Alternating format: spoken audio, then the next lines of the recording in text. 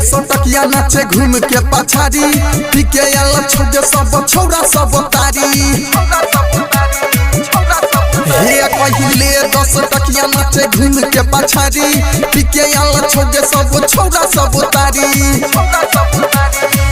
घर से आल छ सब सोच विचार के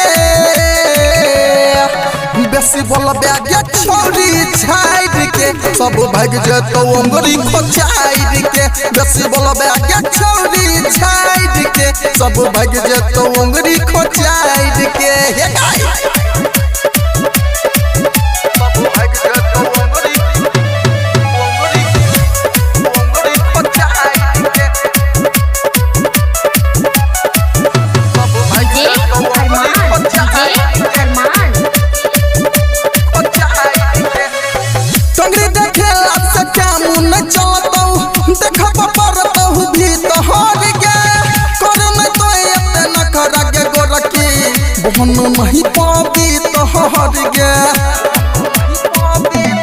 हे गई टंगरी देखेला से काम न चलतौ देखब परतौ भी तो हर गे करन तो एते न करगे गोरकी बन नहीं पहबी तो हट गे बैठले चलाइट तोहर ढोरी देख लेबो किया दूर भागे तोरा पचारा सटेबो हे तो जयन हर तले बसलाई बाहर के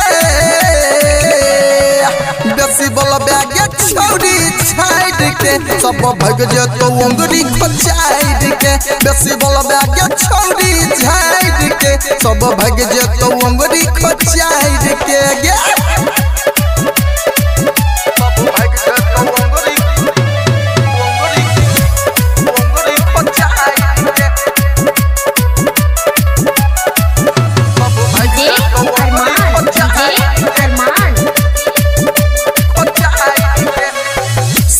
छौरा सब करतो आई मन मानी गे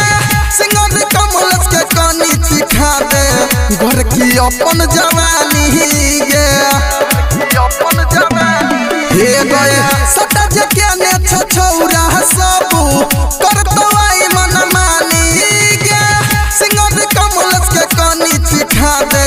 घर की अपन जवानी गे राइटर मुकेश देवा छोरा तो ने आई दुनु तोहर लाई के दे तो दवाई भाग बेज छोरी तो रहले तोरे वाइड के बेसी बोल बैग छोरी छाड़ के सब भाग जतो अंगरी खोचाड़ के बेसी बोल बैग छोरी छाड़ के सब भाग जतो अंगरी खोचाड़ के